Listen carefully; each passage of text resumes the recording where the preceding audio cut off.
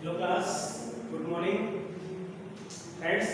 आज हम electrical fourth same का subject power system that is transmission and distribution of electrical power का distribution system को आज से स्टार्ट करेंगे। आज हमारा यूनिट जो है यूनिट सेकेंड होगी। फ्रेंड्स, इससे पहले जितने भी यूनिट हमने 3.9 तक जो लेक्चर हमने किए हैं फ्रेंड्स, वो सारे लेक्चर यूनिट फर्स्ट के अंतर्गत आएंगे, क्योंकि सिलेबस फ्रेंड्स आपका जो नया है उसके अकॉर्डिंग हम यूनिट फर्स्ट की अभी तक बात कर रहे थे। आज से हम यूनिट सेकंड स्टार्ट करेंगे फ्रेंड्स। यूनिट सेकंड जो बेसिकली है डिस्ट्रीब्यूशन सिस्टम, अर्थात फ्रेंड्स हम अभी यूनिट फर्स्ट में बेसिकली हम जनरेशन से संबंधित और ट्रांसमिशन लाइन से संबंधित और ट्रांसमिशन लाइन की properties, electrical features, mechanical features आदि प्रॉपर्टीज को हम डिस्कस कर रहे थे फ्रेंड्स। जिसके अंतर्गत हमने कोरोना के बारे में डिस्कशन किया, सैग कैलकुलेशन डिस्कस किया हमने, types of conductor, types of support, types of insulator आदि लाइन चालकों से संबंधित पदों को हमने परिभाषित किया, आपको समझाया। आज से हम फ्रेंड्स स्टार्ट करने चल रहे हैं डिस्ट्रीब्यूशन। क्योंकि फ्रेंड्स हमने स्टार्टिंग में आपको बताया था, जब हमने पावर सिस्टम का लेआउट ड्रा किया था तो वहां पे हमने आपको बताया था कि पावर सिस्टम में बेसिकली चार टर्म आएंगे: generation, transmission, distribution and utilization. जिसमें फ्रेंड्स हमने आपको बताया तीन टर्म केवल जनरेशन, ट्रांसमिशन और डिस्ट्रीब्यूशन पावर सिस्टम के अंतर्गत आता है। तो फ्रेंड्स हम ट्रांसमिशन की बात तो कर चुके हैं, साथ ही साथ हमने transmission losses, transmission efficiency, voltage regulation, transmission line की परफॉर्मेंस आदि टर्म को परिभाषित कर चुके हैं हम लोग। आज फ्रेंड्स हम स्टार्ट करेंगे डिस्ट्रीब्यूशन। तो फ्रेंड्स डिस्ट्रीब्यूशन सिस्टम को स्टार्ट करने से पहले कुछ टर्म है उनको आप जान लीजिए। जैसा फ्रेंड्स हमने आपको बताया था पिछली कक्षाओं में कि सबसे पहले जब 11 किलोवोल्ट पर इलेक्ट्रिसिटी का जनरेशन हो जाता है तो स्टेप अप ट्रांसफार्मर का यूज करके 11 किलोवोल्ट को हम 33 किलोवोल्ट अथवा 66 किलोवोल्ट तक हम स्टेप अप करते हैं, और स्टेप अप करने के पश्चात हाई वोल्टेज पे इस इलेक्ट्रिकल पावर का ट्रांसमिशन किया जाता है। और हमने फ्रेंड्स वहां पे आपको मेंशन किया था कि हाई वोल्टेज पर पावर का ट्रांसमिशन करने से निम्नलिखित फायदे होते थे। तो फ्रेंड्स वहां पे हम ट्रांसमिशन की बात कर रहे थे फ्रेंड्स। अब यहाँ पे फ्रेंड्स हम डिस्ट्रीब्यूशन करेंगे। तो फ्रेंड्स एक बार आपने स्टेप अप ट्रांसफार्मर का यूज कर लिया, एक बार स्टेप अप ट्रांसफार्मर का यूज करने के पश्चात अब आपको हर बार स्टेप डाउन ट्रांसफार्मर यूज करना है। क्यों? क्योंकि फ्रेंड्स अब हमें उसी इलेक्ट्रिकल पावर को डिफरेंट टाइप्स ऑफ कंज्यूमर में डिस्ट्रीब्यूट करना है। क्योंकि फ्रेंड्स हमारा जो कंज्यूमर है, जो उपभोक्ता है, वो 3 फेज का भी हो सकता है, सिंगल फेज का भी हो सकता है, हैवी लोड टाइप का कंज्यूमर हो सकता है, मीडियम लोड टाइप का हो सकता है, या लो लोड का हो सकता है। तो जैसी जिसकी जरूरत होगी फ्रेंड्स उसके अकॉर्डिंग हम इलेक्ट्रिसिटी को डिस्ट्रीब्यूट करेंगे। और यह परिघटना फ्रेंड्स वितरण प्रणाली के अंतर्गत ही आती है, अर्थात फ्रेंड्स वैसा प्रणाली जिसके अंतर्गत विद्युत शक्ति को विभिन्न उपभोक्ताओं की आवश्यकता अनुसार विद्युत शक्ति का वितरण किया जाए, उसे हम वितरण प्रणाली कहते हैं। क्योंकि फ्रेंड्स हम जानते हैं डिस्ट्रीब्यूशन में आपका दो टाइप का होगा, प्राइमरी डिस्ट्रीब्यूशन और सेकेंडरी डिस्ट्रीब्यूशन। प्राइमरी डिस्ट्रीब्यूशन में क्या होगा फ्रेंड्स, आपके प्राइमरी डिस्ट्रीब्यूशन में हैवी लोड के या बड़े उपभोक्ता आएंगे, बिग कंज्यूमर आएंगे। जैसे आपके इंडस्ट्रियल जोन, जहाँ पे इंडस्ट्री चलती है वहाँ पे आपकी हैवी लोड की डिमांड होती है, तो जाहिर सी बात है वहाँ पे हाई वोल्टेज चाहिए।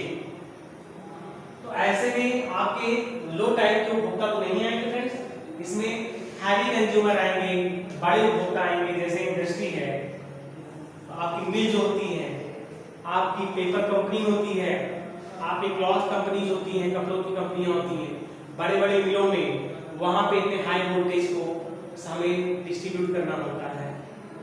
तो फ्रेंड्स बात करते हैं जो डिस्ट्रीब्यूशन है उसको हम क्या करते हैं, इसके अंतर्गत हम विद्युत शक्ति को डिस्ट्रीब्यूट करते हैं।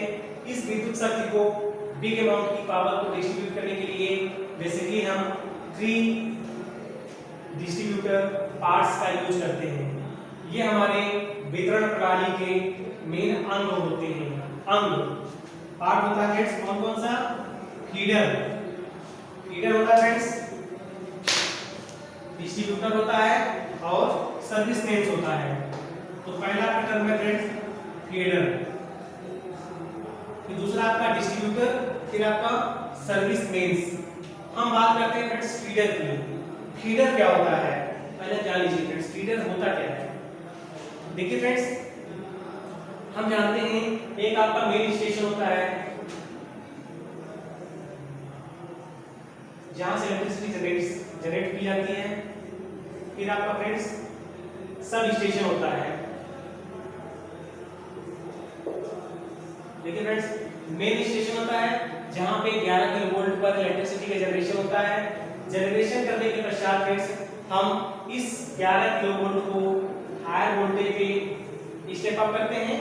स्टेप अप करने के पश्चात इसे सब स्टेशन पर लाते हैं। अब फ्रेंड्स रोल आता है फीडर का। Sub station, main sub station के बाद जो लाइन यहाँ से जाएगी फ्रेंड्स, जो लाइन यहाँ से जाएगी ये कहलाएगी फीडर लाइन। ठीक है फ्रेंड्स, अर्थात फ्रेंड्स वह डिस्ट्रीब्यूशन लाइन जिसके द्वारा विभिन्न उपभोक्ताओं को इलेक्ट्रिसिटी फीड कराई जाती है, मतलब प्रदान की जाती है, उसे हम फीडर लाइन कहते हैं। अर्थात फ्रेंड्स सब स्टेशन से आपके डिस्ट्रीब्यूशन स्टेशन तक जिस लाइन के द्वारा हम इलेक्ट्रिसिटी को भेजते हैं उसे कहते हैं हम लोग फीडर लाइन। ठीक है फ्रेंड, तो फीडर लाइन क्या होगी फ्रेंड्स, जिसके द्वारा हम विद्युत शक्ति को विभिन्न उपभोक्ताओं को पहुंचाते हैं, वो क्या कहलाती है फीडर लाइन। फीडर लाइन की फ्रेंड्स कुछ विशेषताएं होती हैं, प्रॉपर्टीज।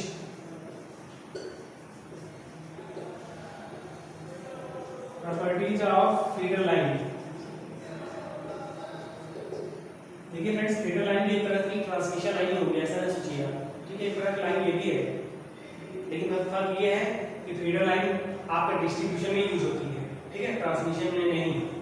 तो फ्रेंड्स फीडर लाइन में सबसे बड़ी खासियत ये होती है कि फीडर लाइन में हमारा वोल्टेज ड्रॉप की समस्या नहीं आती है। क्यों? क्योंकि फ्रेंड्स फीडर लाइन में कोई टैपिंग की सुविधा नहीं होती है। पहला इसका पॉइंट, नो टैपिंग फैसिलिटी।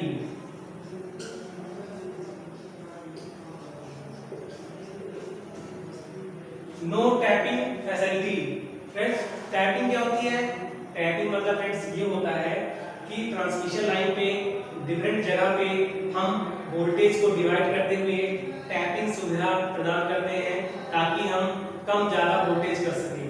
जैसे हमें वोल्टेज की जरूरत होती है उसी के अकॉर्डिंग हम टैपिंग लगाकर वोल्टेज को हम गेन कर लेते हैं, प्राप्त कर लेते हैं। लेकिन फ्रेंड्स आपको जानकर हैरत होगा कि फीडर लाइन में कोई टैपिंग सिस्टम नहीं होता है।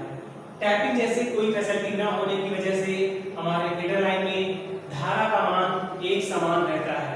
अर्थात धारा का मान एक समान है मतलब ये फ्रेंड्स इसमें वोल्टेज ड्रॉप आपका डिफरेंट नहीं होगा। अर्थात यहाँ पे वोल्टेज ड्रॉप की समस्या कम होगी, क्योंकि फ्रेंड्स इसमें फीडर लाइन में एक समान धारा जा रही है।